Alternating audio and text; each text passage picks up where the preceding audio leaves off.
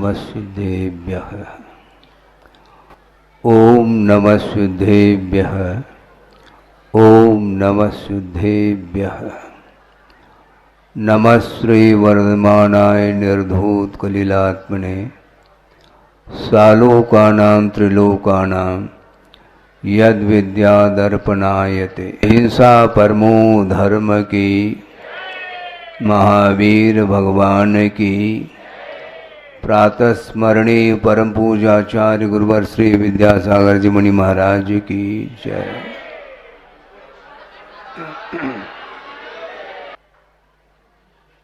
श्रमण पद एक ऐसा पद है जिस पद को जिनेंद्र भगवान ने भी अंगीकार किया, जिसको जनलिंग बोलते हैं। जनलिंग धारण करने के उपरांत अर्थात श्रमण पद को अंगीकार करने के उपरांत भी उसके ऊपर अनुशासन की आवश्यकता पड़ती है।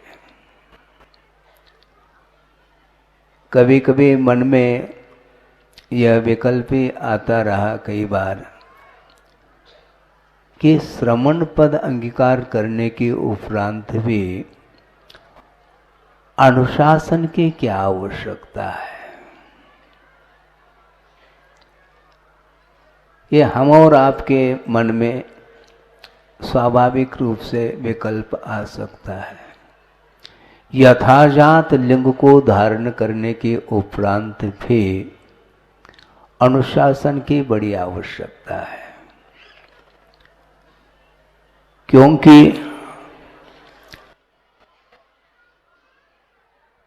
उसके अंदर अभी प्रौढ़ता नहीं है, और प्रौढ़ता जब तक नहीं आती है तब तक उसको संभालने की आवश्यकता पड़ती है, और संभालने के लिए अनुशासन बहुत आवश्यक है। आत्मानुशासन और ये शासन, इन दोनों में बड़ा अंतर है। जिसकी आत्मा अनुशासित हुई है उसके लिए कोई अनुशासन की आवश्यकता नहीं। गुरुदेव ने ये बात रखी थी प्रसंग के अनुरूप कि चतुर्थ काल में युग के आदि में वृषभनाथ हुए। उस समय की जनता बहुत सरलता को लेकर के, उसके साथ साथ भोलापन भी था। उसके बाद अजितनाथ भगवान से लेकर के पार्श्वनाथ भगवान के काल तक उस तीर्थ काल में जो जनता थी, जो साधक थे, उनकी एक अलग ही विशेषता थी। वो ये विशेषता बताई गुरुदेव ने कि उस समय सामायिक करो ऐसा कहा तो 28 मूल गुणों का वो पालन करते थे। हाँ, अलग अलग मूल गुणों के व्याख्यान करना इत्यादि करने की कोई आवश्यकता नहीं। सामायिक करो कहने से 28 मूल गुणों का वो निर्दोष पालन करते थे। और उसके बाद महावीर भगवान के तीर्थ काल में हम और आप रहें, और उन्होंने ये कहा कि बुद्धि की सरलता भी नहीं और बुद्धि की पटुता भी नहीं, किंतु वक्र बुद्धि वाले हैं। ये टाइटल मिला है हम और आप लोगों के लिए। इसलिए ही विशेष अनुशासन की आवश्यकता है। श्रवण पद अंगीकार करने के उपरांत भी पूर्व के जो मोहजन्य संस्कार होते हैं वो अनादिकालीन संस्कार ऐसे काम करते रहते हैं कि बड़े बड़े साधक भी अपने साधना से च्युत हो सकते हैं। इसलिए अंकुश की बड़ी आवश्यकता है। हाँ, हाथी होता है और उसको चलाने वाला कौन होता है? हाँ, माहौत होता है। अंकुश हाथ में ले रखा है उसने, और इधर उधर यदि हो जाए तो तत्काल उसके लिए उसका प्रयोग करता है। तो इसलिए मन जो है ना बहुत चंचल है, और मन में जो उत्पन्न होता है जिसका नाम मनोज बोला है। मनोज का अर्थ होता है वासना, काम जिसको बोलते हैं, मनोज भी बोलते हैं।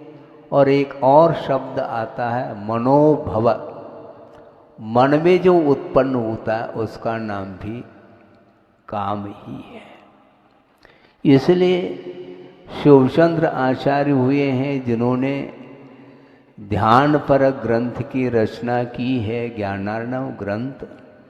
उसमें वो ये लिख रहे हैं कि मनोभव महादंती, ऐसा प्रयोग कर रहे हैं। उन्मूल यत्यविश्रांतम, उन्मूल यत्यविश्रांतम पूजम श्री धर्मपादपम मनोभव महादंती मनुष्याणाम निरंकुशः। यह मनुष्य का जो मन है वह क्या है, कैसा है वो? मनोभव महादंती।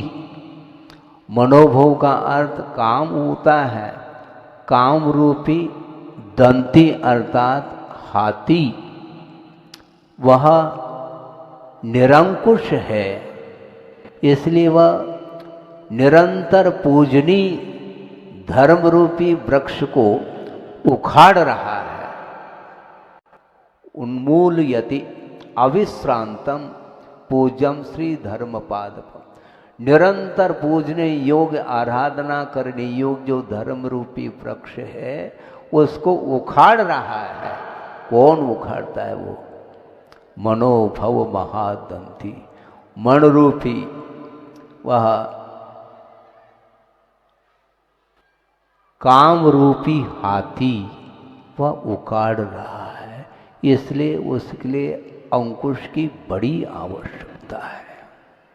गुरुदेव बार बार कहते हैं श्रवण तो बने हो, किंतु श्रवण पद अंगीकार करना अलग वस्तु, और श्रवण के योग्य कार्य करना ही सामान्य माना जाता है। ये बार बार प्रसंग आता है, इसलिए उसको रिपीट करता रहता हूँ, क्योंकि मैं भी श्रवण हूँ। ऐसा नहीं कि और ही श्रवण है, सबके लिए ये है अनुशासन है। जो अनुशासन प्रिय होता है उसकी प्रशंसा गणधर परमेष्टि भी करते हैं, क्योंकि उसके बिना, अनुशासित हुए बिना आत्म तत्व का सही सही परिज्ञान, स्वरूप का ज्ञान नहीं हो सकता।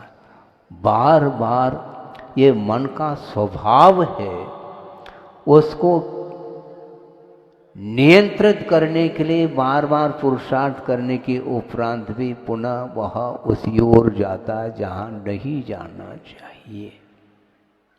हाँ, जहाँ नहीं जाना चाहिए वहाँ जाता है, और जहाँ जाना चाहिए वहाँ पर नहीं जाता।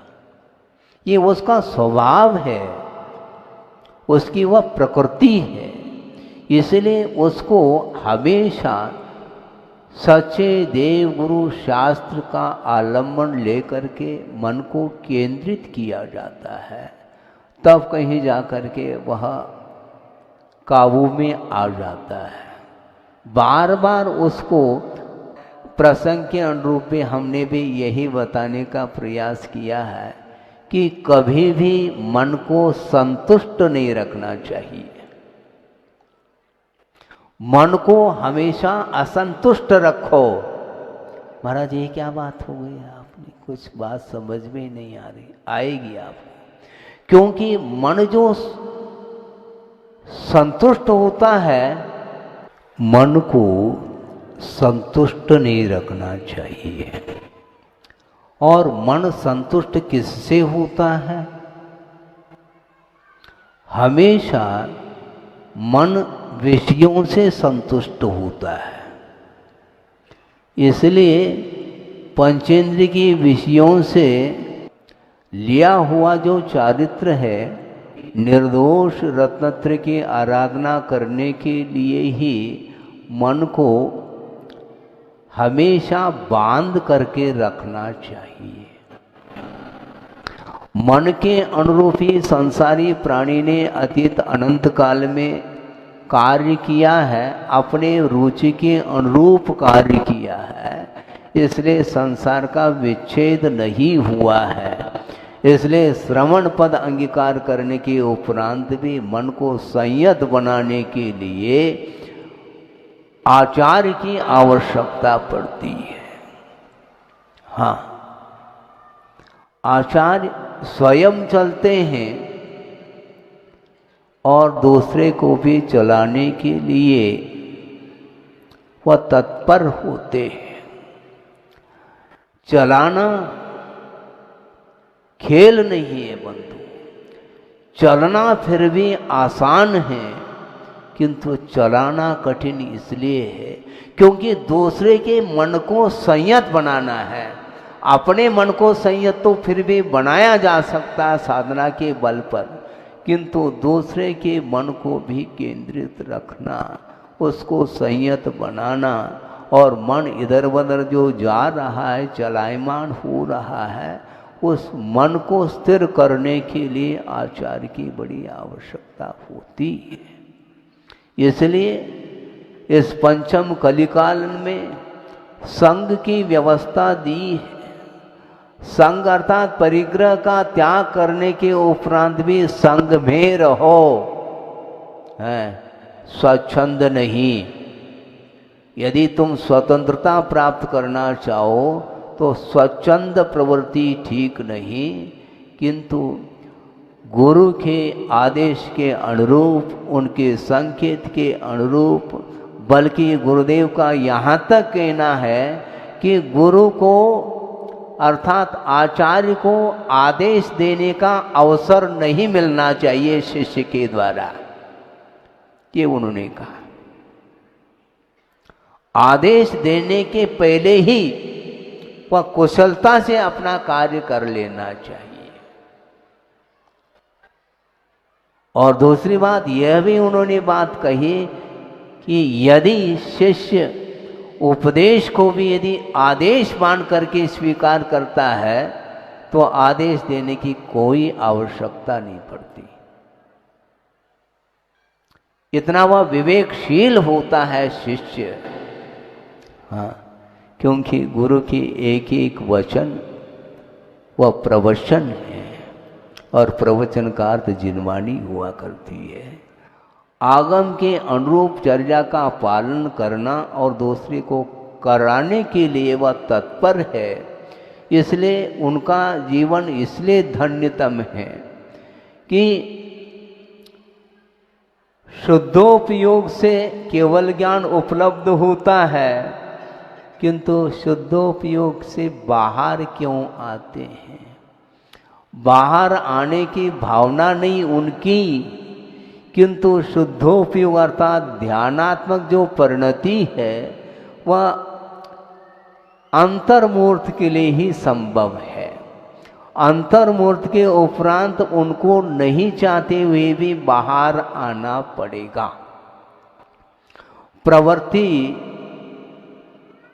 करनी पड़ेगी, समिति का आलम्बन लेना है।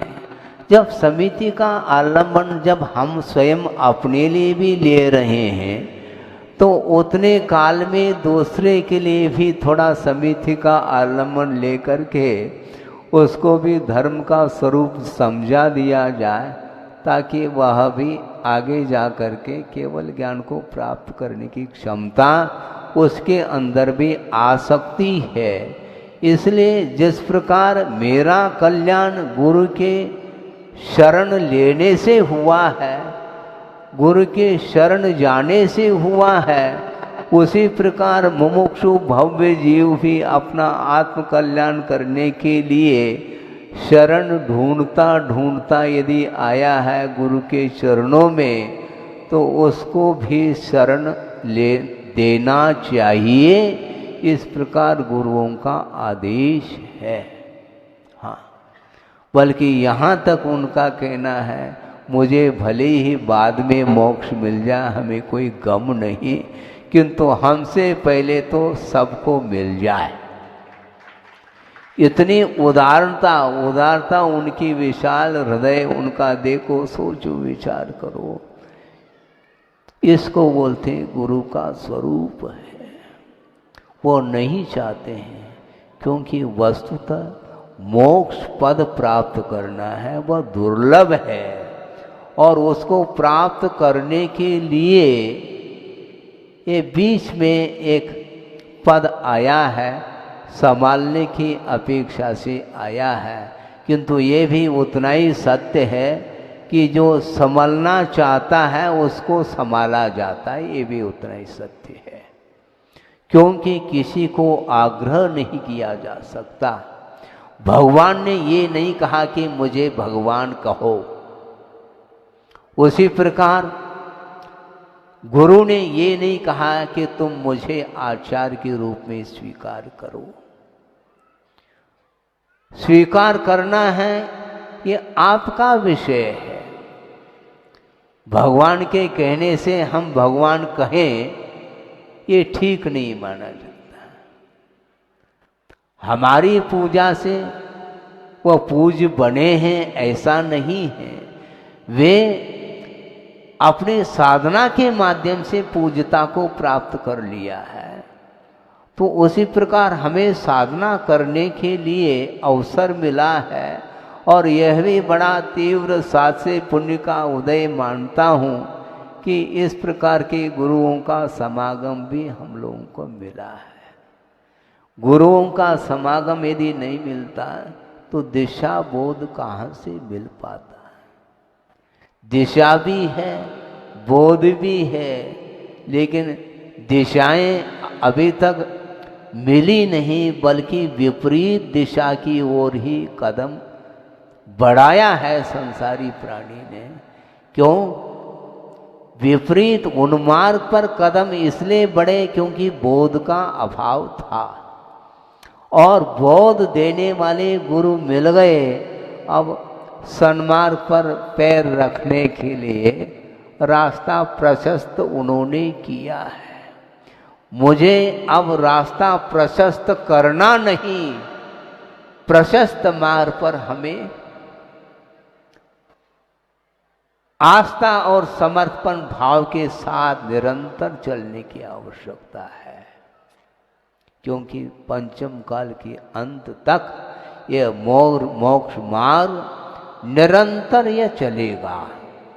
हाँ, और चलने वाले भी चलते चले गए, और चलने के लिए भी उन्होंने संकेत दिए हैं। इसलिए हमें मोक्ष मार्ग के नेता नहीं बनना है, किंतु मोक्ष मार्ग पर हमें चलना है। चलने के लिए गुरुदेव ने आज्ञा दी है, और मंगलमयी आशीर्वाद उनका मिला है प्रतिपल, और मिलता ही जा रहा है। कई व्यक्तियों के मन में बार बार यह स्वाभाविक रूप से विकल्प आता है। उस समय भी यही बात आई थी कि महाराज, मार्ग प्रशस्त करने वाले प्रशस्त करके गए। अब मार्ग पर हम चलना चाहते हैं, चलाने वाले नहीं हैं महाराज, क्योंकि अभाव महसूस हो रहा है। बिल्कुल ठीक है, किंतु ये अभाव तो क्योंकि संयोग होता है तो वियोग भी सिद्धांत की दृष्टि से अनिवार्य होता है। भावना किसी की नहीं कि वियोग हो, लेकिन भावना नहीं होते हुए भी सिद्धांत को नकारा नहीं जा सकता। इसलिए गुरुदेव ने कई बार प्रसंग बनाया है कि ये सोना नहीं है। मुनि बन गए हैं, सोने के लिए नहीं, जागृत रहो। मन में भाव आता है कि महाराज आचार्य महाराज तो विद्यमान है, जागृत होने की क्या आवश्यकता है? नहीं, क्योंकि आचार्य हैं किंतु हमेशा वो बाहर ही बाहर घूमते रहते हैं, ऐसा नहीं। उनको अपना भी आत्मकल्याण करना होता है। जैसा कि अभी अक्षय सागर जी ने कहा था कि स्वयं चलते हैं और जो चलना चाहते हैं उनके लिए सहयोग प्रदान करते हैं, किंतु स्वयं को भी चलना है ना। स्वयं यदि मार्ग पर नहीं चलेंगे तो शिष्य की क्या स्थिति बनेगी? शायद क्षमा सागर जी का एक प्रसंग सामने आ रहा है, 2 मिनट में पूर्ण कर लूं कि किसी सज्जन ने कहा, क्षमा सागर जी ने उनके सामने ही कहा होगा कि महाराज आचार्य महाराज तो खड़े होकर के इन दिनों में सामायिक कर रहे हैं, क्या बात है? तो क्षमा सागर ने सही उत्तर दिया था, गुरु खड़े होकर के सामायिक कर रहे हैं इसलिए शिष्य बैठ करके कर सकता है, और गुरु यदि बैठ करके कर ले तो शिष्य लेट करके करेगा। करेगा तो सही। इस प्रकार की स्थिति आती है। इसलिए जो बड़े होते हैं, गुरु होते हैं, उनके जितनी भी क्रियाएं हैं बहुत निर्दोष और सबको उपदेश देने योग्य उनका आचरण रहता है। एक काय स्वर्ग भी कर ले तो उसमें हम पाठ ले सकते हैं, इतनी उनकी चर्या में विशेषता रहती है। एक एक क्रियाओं को बहुत मनोयोग के साथ उसको संपन्न करते हैं, तब कहीं जाकर के उसमें निष्णांत हो पाते हैं। आचरण करना और आचरण करना ये दोनों कार्य उनके रहते हैं। इसलिए विश्व कल्याण करने की भावना जिसके अंदर है उनका कल्याण न हो ऐसा संभव ही नहीं है। हाँ महाराज, उनको ज्यादा विकल्प आते होंगे शिष्य के अपेक्षा, क्योंकि उनके सामने बहुत सारे शिष्य हैं, और जो शिष्य हैं वो तो श्रवण के रूप में है, इसलिए वह निश्चिंत हो करके अपना आचरण करता होगा, इसलिए निर्विकल्प दशा का अनुभव तो उसको ज़्यादा होता होगा। कोई बाधा नहीं इसमें, यही तो चाहते हैं गुरु। गुरु ने एक बार, गुरुदेव ने ये भी कहा कि देखो तुम लोगों का सौभाग्य है मौन व्रत धारण करने के लिए, क्योंकि मुझे वह अवसर, मेरे वह जीवन में भाग्य कहाँ है कि मैं मौन रहूं। अब सोचो, आचार्य पद पर आसीन होने के बाद भी उनकी दृष्टि हमेशा साधना की ओर ही रहती थी, क्योंकि बीच में एक आलम्बन की बात है। हमेशा आलम्बन दिया नहीं जाता। जब तक प्रौढ़ता नहीं है तब तक उसके लिए आलम्बन की आवश्यकता पड़ती है। छोटा सा पौधा है, उसको समय समय पर खाद पानी आदि देने की आवश्यकता पड़ती है, किंतु जब वह पौधा वृक्ष का रूप ले लेता है तो उनका कहना है अकाल भी पड़ जाए मान लो तो भी उसके लिए पानी की कोई आवश्यकता नहीं। उसकी जड़ें इतनी मजबूत है, गहराई तक पहुंच गई है, वहां से वह जल को ग्रहण कर लेता है। इसलिए नव दीक्षित जब गुरु के चरणों में जाता है तो वो भी उनके साथ खेलते हैं, क्योंकि अभी वो पौधा है, अभी वह पौधा है, उसको बड़ा बनाना है। हालांकि श्रमण है, श्रमण पद से और कोई बड़ा पद नहीं हो सकता, लेकिन अभी भी उसमें कोमलता है। इसलिए संस्कार मोहजन्य संस्कार होने के कारण उसको संभालने की आवश्यकता है, और संभालते संभालते संभालते जिस समय उसके अंदर प्रौढ़ता आती है फिर वो अपने आप में लीन हो जाते हैं, गुरु अब मेरी आवश्यकता नहीं है। तो इसीलिए इस पद को उन्होंने जो अंगीकार किया था वो मन से नहीं किया था, करना पड़ा था। और इसलिए उन्होंने आज्ञा को शिरोधार्य किया, क्योंकि मेरा कल्याण भी गुरु के चरणों में ही हुआ है।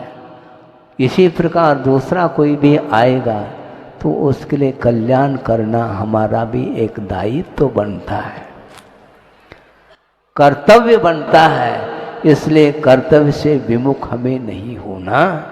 निरंतर कर्तव्य परायण रहने वाला जो साधक होता है उसका निश्चित रूप से कल्याण बहुत अत्यल्प काल में होगा, इसमें कोई शक नहीं है।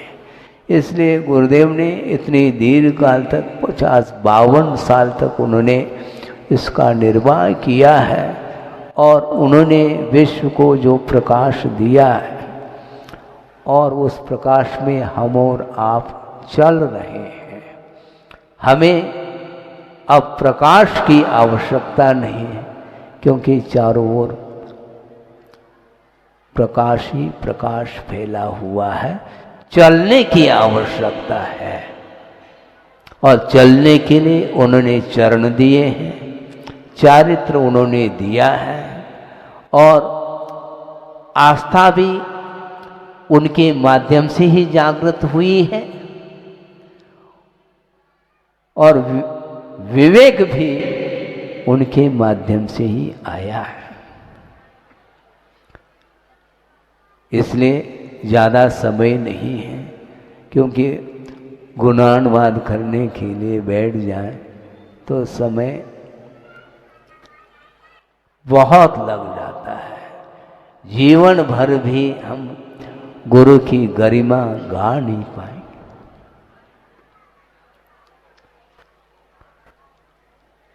वो भी साधक और अपन भी साधक है, किंतु जमीन आसमान का अंतर देखने को मिलता है। ये क्यों मिलता है? ये समर्पण का ही एकमात्र इसमें पुट है। जिसके जीवन में जितना समर्पण भाव अधिक होगा उसका कल्याण बहुत अल्पकाल में होगा। इसलिए श्रद्धान सामान्य है और समर्पण विशेष माना जाता है, और समर्पण भाव के माध्यम से निरंतर चारित्र में रत्नत्रय में प्रौढ़ता आती है, और उसके माध्यम से वह गुरु के अनुपस्थिति में भी सामने मेरे सामने उपस्थित हैं, इस प्रकार महसूस करते हुए वह अपने चारित्र का पालन निरंतर करता रहता है। परोक्ष में भी उन्हें प्रत्यक्ष का भान होने लग जाता है। इसको बोलते हैं समर्पण भाव। इसलिए सच्चे देवगुरु शास्त्र के प्रति समर्पण भाव रखते हुए हम अपने जीवन को उन्नति की ओर ले जाना चाहते हैं। वह आत्मा का कल्याण होगा, उन्नति होगी, उत्थान होगा और अनंत काल के लिए जो हमारा लक्ष्य था उसकी पूर्ति होगी। और लक्ष्य की पूर्ति होने के उपरांत फिर परतंत्रता का कोई सवाल ही नहीं है। निरंतर स्वतंत्रता के साथ वह अनंत सुख का अनुभव करता रहेगा। करें इस पवित्र भावना के साथ। अहिंसा धर्म परमो धर्म की जय। सूर्य का जब उदय होता है तो सूर्य की किरणों के माध्यम से धरती को तपाने की क्षमता, धरती को प्रकाशित करने की क्षमता सूर्य के अंदर है। किंतु वो सूर्य के ऊपर जब बादल आ जाते हैं, बादलों से वह सूर्य आच्छादित होता है तो प्रकाश नहीं मिल पाता। प्रकाश का अभाव नहीं हुआ है, किंतु प्रकाश बादलों से आच्छादित है। उसी प्रकार प्रत्येक संसारी प्राणी के पास जानने की, देखने की, संवेदन करने की क्षमता विद्यमान है, क्योंकि ज्ञान ही एक ऐसा गुण है जिसके माध्यम से वस्तु तत्व का स्वरूप जानने में आ जाता है। किंतु ज्ञानावरणीय कर्म के विशेष शोभशम नहीं होने के कारण किसी के पास अल्प ज्ञान है, किसी के पास तुलनात्मक दृष्टि से उससे अधिक है, उससे अधिक है। किंतु ज्ञानावरणीय कर्म हट जाता है, इसके बाद भी पदार्थ का स्वरूप ज्ञात नहीं हो पाता। तो आपको विकल्प हो सकता है कि महाराज जब ज्ञान का आवरण हट गया तब तो ज्ञान हो जाना चाहिए। ज्ञान के ऊपर आवरण जो था वो हट गया है, किंतु एक और आवरण है, वह मोह का आवरण माना जाता है। और मोहनी कर्म से जब तक वह ज्ञान आच्छादित रहेगा, आवरणित रहेगा, तब तक वह वस्तु तत्व का बोध उसे भी नहीं हो सकता। प्राय करके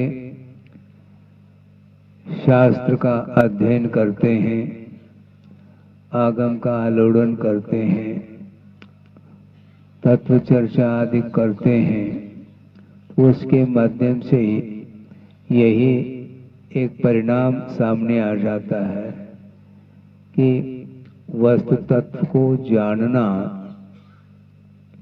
बहुत कठिन हो गया है।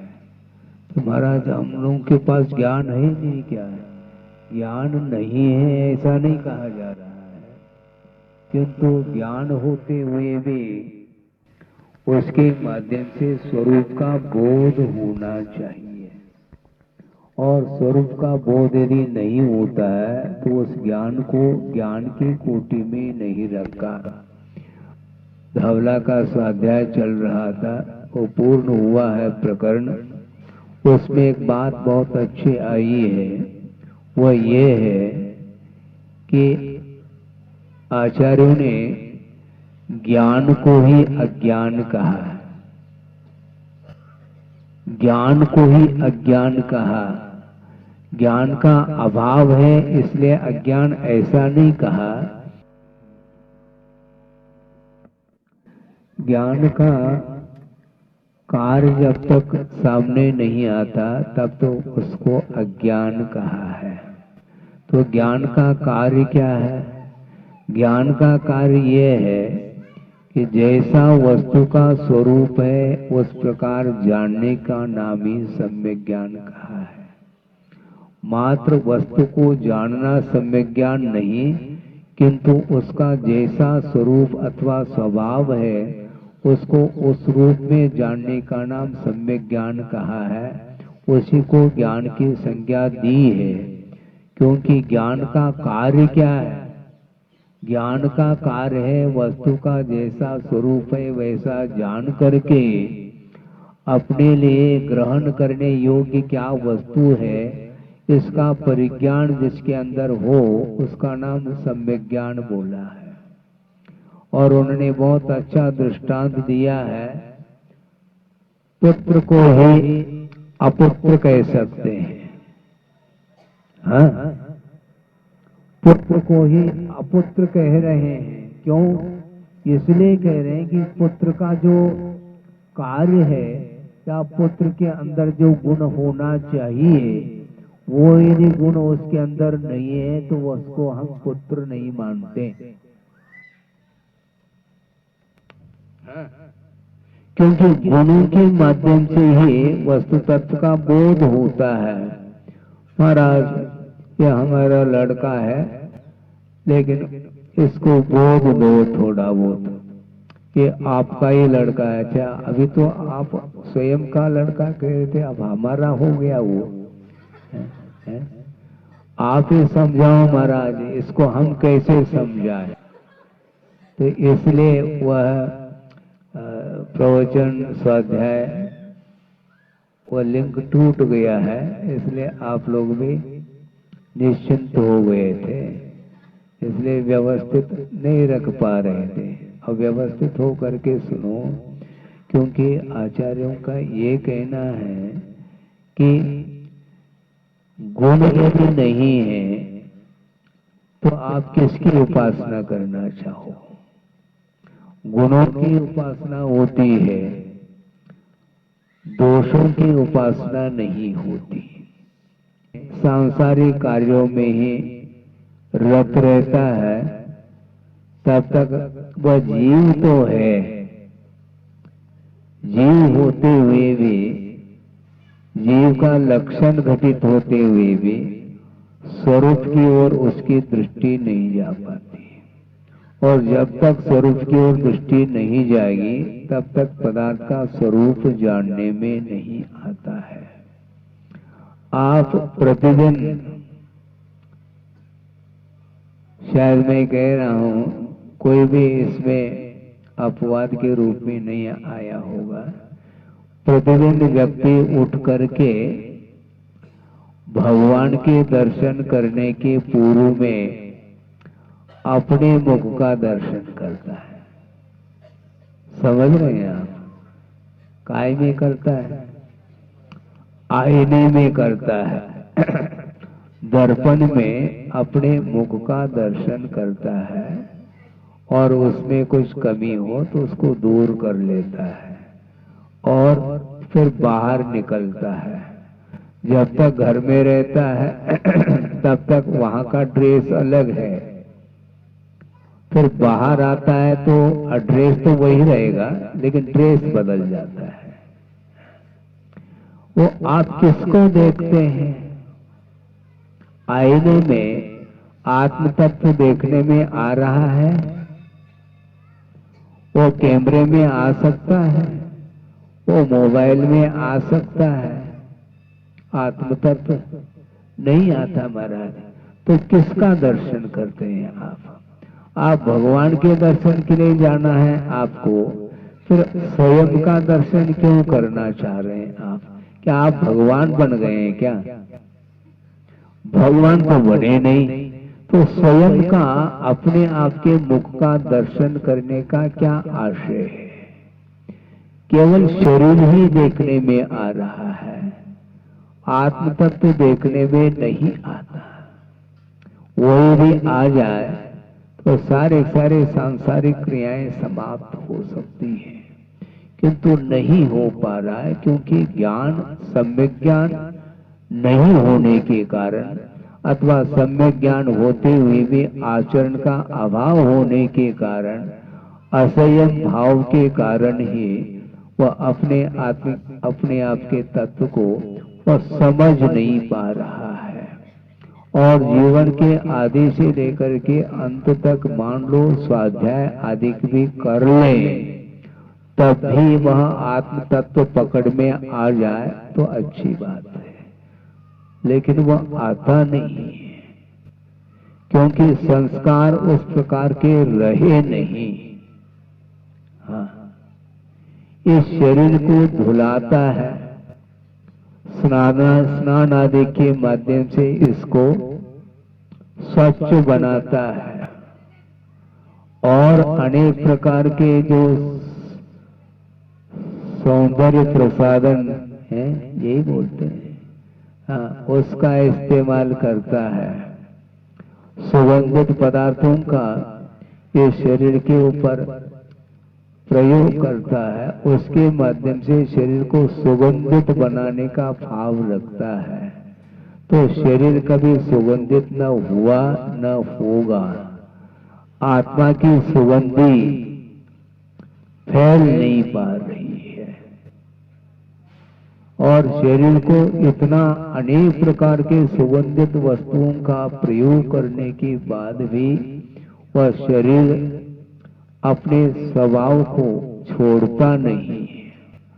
सप्त धातु के द्वारा निर्मित यह शरीर है और उस शरीर के भीतर वह आत्मा वहां क्यों रह रही हो, उसको मिल क्या रहे हैं वहां पर? मिल कुछ नहीं रहा है, किंतु यह संबंध अनादिकालीन है ना। उस संबंध को तोड़ने के लिए ही पुरुषार्थ किया जा रहा है।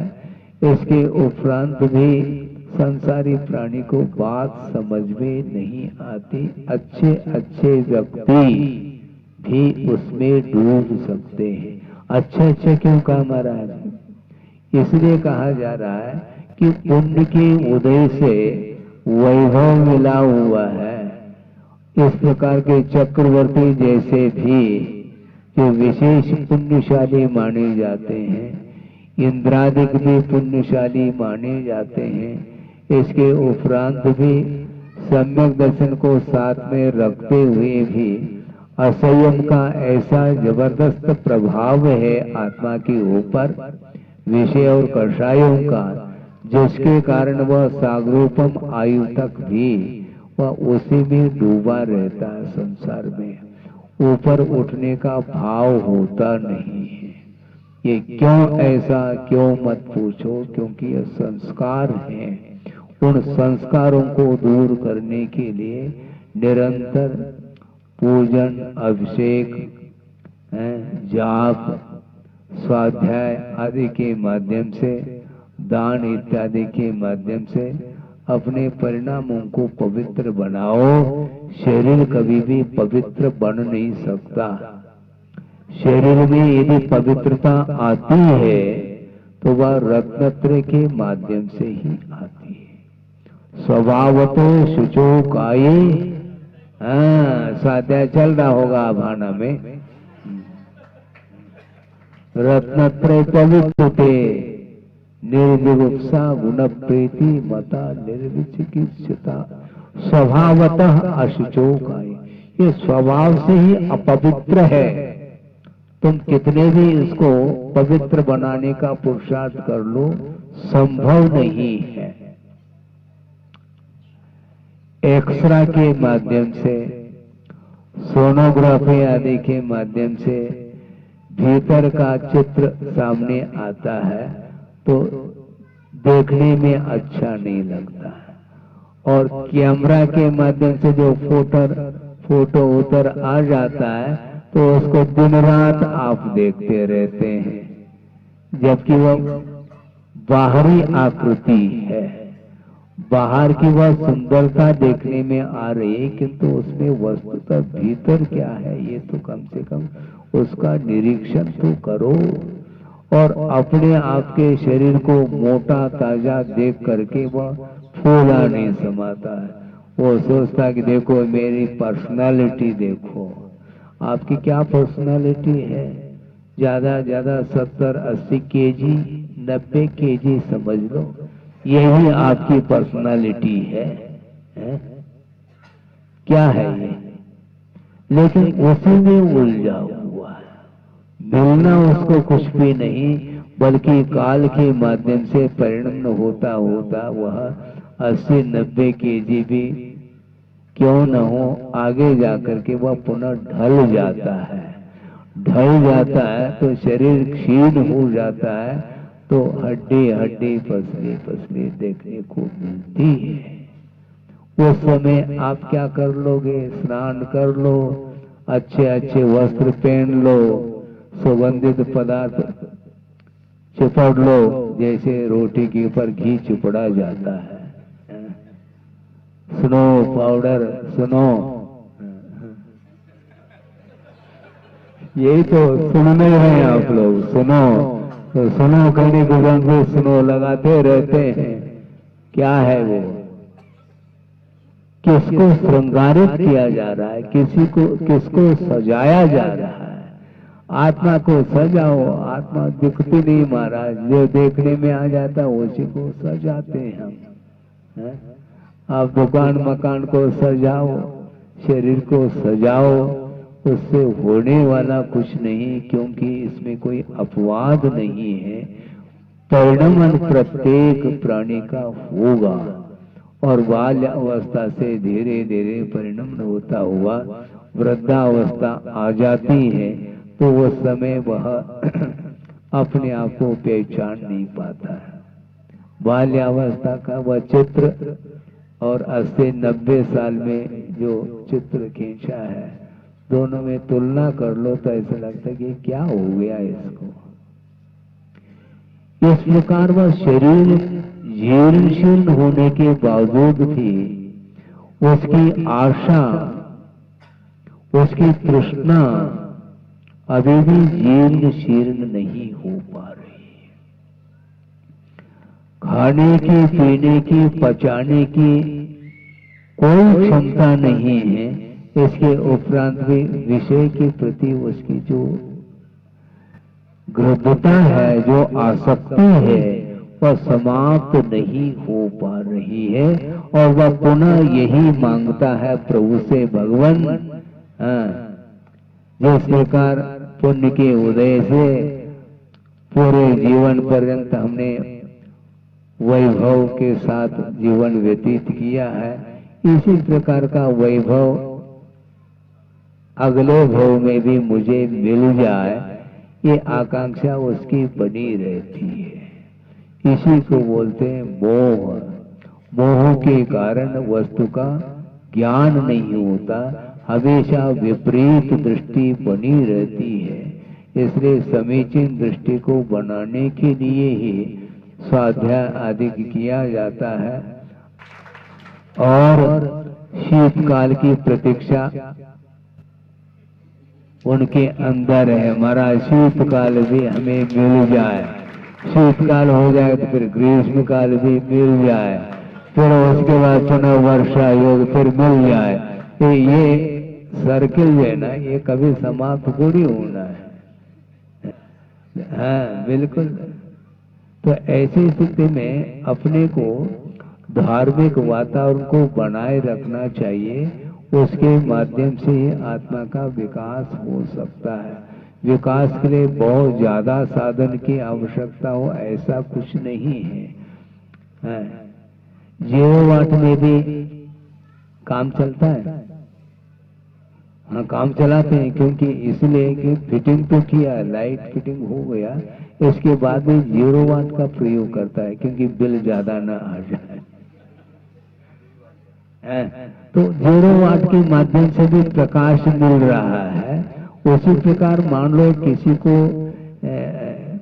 स्वाध्याय करते करते मान लो छड़ाला भी यदि मान लो समझ में आ जाए, तो हमारा काम चल जाएगा। मान लो किसी को जीव कांड कर्म कांड है, जिसको ज्ञान है वह अच्छा है, किसी को नहीं है तो उसका काम नहीं चलेगा, ऐसा नहीं है। छड़ाला के माध्यम से भी मुक्ति मिल सकती है और समय सार का स्वाध्याय करने पर भी मुक्ति मिल सकती है। हमें टारगेट क्या होना चाहिए हमारा है? उद्देश्य क्या होना चाहिए? हमें मोक्ष प्राप्त करना है। जिसके माध्यम से मोक्ष प्राप्त हो वही हमारे लिए सम्यक ज्ञान माना जाता है। इसलिए चाहे कम हो चाहे अधिक हो, इससे कोई प्रयोजन नहीं, क्योंकि दीपक के माध्यम से भी प्रकाश मिलता है और सूरज के माध्यम से भी प्रकाश मिलता है। तो वर्तमान में केवल ज्ञान रूपी सूर्य तो उदित हुआ नहीं है, किंतु मध्य ज्ञान और श्रुत ज्ञान के माध्यम से, स्वाध्याय आदि के माध्यम से जो अपना और पराया क्या भेद है ये ज्ञान हो जाता है। तो उसके माध्यम से जो अपना आत्म तत्व है वह पकड़ में आ जाता है। पकड़ में आना चाहिए, लेकिन पकड़ में आने के उपरांत वह पुनः पकड़ के बाहर हो सकता है बहुत जल्दी। वो आपने देखा है क्या? पारा देखा आपने? पारा, हाँ, मरकरी। लेकिन वो चिमटे में लेना चाहो तो नहीं, वो फिसल जाता है, निकल जाता है। वो ऐसे ही होता है। वो मोह के कारण ज्ञान कब वह पारे के समान हाथ से निकल जाता है, कुछ कह नहीं सकते हैं। इसलिए ज्ञान को सुरक्षित रखो, धर्म को सुरक्षित रखो, धन को नहीं। धन की तो रक्षा हो रही है, धन को तो तिजोरी में बंद किया जा रहा है और स्वयं दालान में सो रहा है। हाँ। आत्मा की रक्षा की बात नहीं है, धर्म की रक्षा की बात नहीं, धन की रक्षा। पर आगे आपको अनुभव थोड़ी है, हमने तो पाई पाई कमाया है। हमने क्या, हमने कमाया ही नहीं है, इसलिए छोड़ने में तकलीफ नहीं हुई मुझे, क्योंकि जोड़ा ही नहीं है, जोड़ने के पहले ही निकल गए हम। हाँ, इसलिए उसका हमें अनुभव हमें आवश्यक भी नहीं है, क्योंकि जो पर है उसको जोड़ो नहीं। हाँ, पर को जोड़ता है संसारी प्राणी, किंतु आत्म तत्व को भूल रहा है। काफी स्वाध्याय आप लोग इन दिनों कर रहे हैं। आर्य का संघ का चातुर्मास हुआ और कोई भी मान लो चातुर्मास हुए भी हैं, भविष्य में भी संभावना को लेकर के कहा जा सकता है।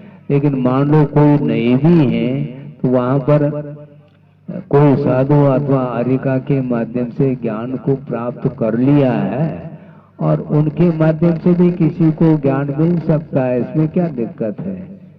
क्योंकि ज्ञान दान किया जाता है, मात्र आहार दान नहीं होता है, ध्यान रखो। हाँ, इसलिए ज्ञान प्राप्त कर लिया है आर्यिका के द्वारा, अब उसको अच्छे ढंग से बांट बांट करके स्वाद दे, और क्या है? ज्ञान पर में नहीं है, पर वस्तु में ज्ञान नहीं, किंतु आत्म तत्व का बोध हो जाता है तो संवेदन स्वयं में होता है। ज्ञान और संवेदन में भी अंतर हमने एक बार कहा था, पुनः रिपीट हो जाए कोई बाधा नहीं, एक आध मिनट में हम पूर्ण कर लें कि ज्ञान जो होता है वह स्व और पर का भी होता है, और ज्ञान जो होता है वह अतीत अनागत वर्तमान का भी होता है। किंतु संवेदन जो होता है वह पर का नहीं होता, स्व का संवेदन होता है और वह भी वर्तमान का संवेदन होता है। अतीत की स्मृति हो आ सकती है, किंतु अतीत का संवेदन संभव नहीं। हाँ, कल आपने मिठाई ली थी भोजन में, स्मृति तो है किंतु स्वाद आ रहा है? स्वाद नहीं आता। तो संवेदन वर्तमान का होता है, इसलिए संसारी प्राणी अतीत और अनागत में पूरा जीवन व्यतीत कर लेता है कि वर्तमान उस हाथ से छूट जाता है। वर्तमान में जो मिल रहा है उसका संवेदन होना चाहिए, एक बार गुरुदेव ने एक बात कही थी, वह ये है कि आप लोग भोजन करते हुए भी आप लोगों को स्वाद नहीं आ सकता। ये कैसी बात महाराज? क्योंकि आपकी दृष्टि वर्तमान की ओर नहीं है। भोजन करते समय भी और है क्या? नहीं, खत्म तो नहीं हुआ है? खत्म तो नहीं। अरे जो मुख में है ग्रास, मिठाई है, उसका स्वाद तो लो। और की जो भविष्य की जो चिंता है, उसके कारण वर्तमान का स्वाद भी वह ढंग से ले नहीं पाता। इसको बोलते हैं आशा। भरपेट भोजन कर लिया, बस बस कह रहा है, किंतु अंतों के लिए रखियो। ये है, ये अंतों की चिंता हो गई। पेट भर चुका है, ये घास के लिए भी कोई गुंजाइश नहीं है। इसके बाद भी उसकी जो आशा है वह बनी हुई है। हाँ, मन की भूख कभी मिटती नहीं, और तन की भूख तो तनक सी रहती। थोड़ा 2-4 रोटी ले लिया, बस हो गया काम है। 2-4-6 घंटे के लिए आराम। लेकिन मन आराम नहीं करता, उसके लिए पूरी जिंदगी भर की चिंता, पूरा जीवन भर वह पल की खबर नहीं बोलता है, लेकिन सामान 100 साल का चाहिए। इसी को आशा बोलते हैं। इसलिए आशा को समाप्त करने के लिए धर्म का अवलंबन लिया जाता है। वीतराग धर्म के माध्यम से विषय और कषायों को समाप्त करने के लिए जो पुरुषार्थ किया जाता है, वही मोक्ष पुरुषार्थ माना जाता है। बाकी अर्थ पुरुषार्थ आदि आदि तो कई बार कर चुके हैं, करते ही रहते हैं। दुकान कभी भी बंद नहीं होने वाला। किंतु संसार से ऊपर उठना चाहो तो धर्म की आराधना की आवश्यकता है। निरंतर धर्म की आराधना बनी रहे, इस पवित्र भावना के साथ अहिंसा परमो धर्म की जय।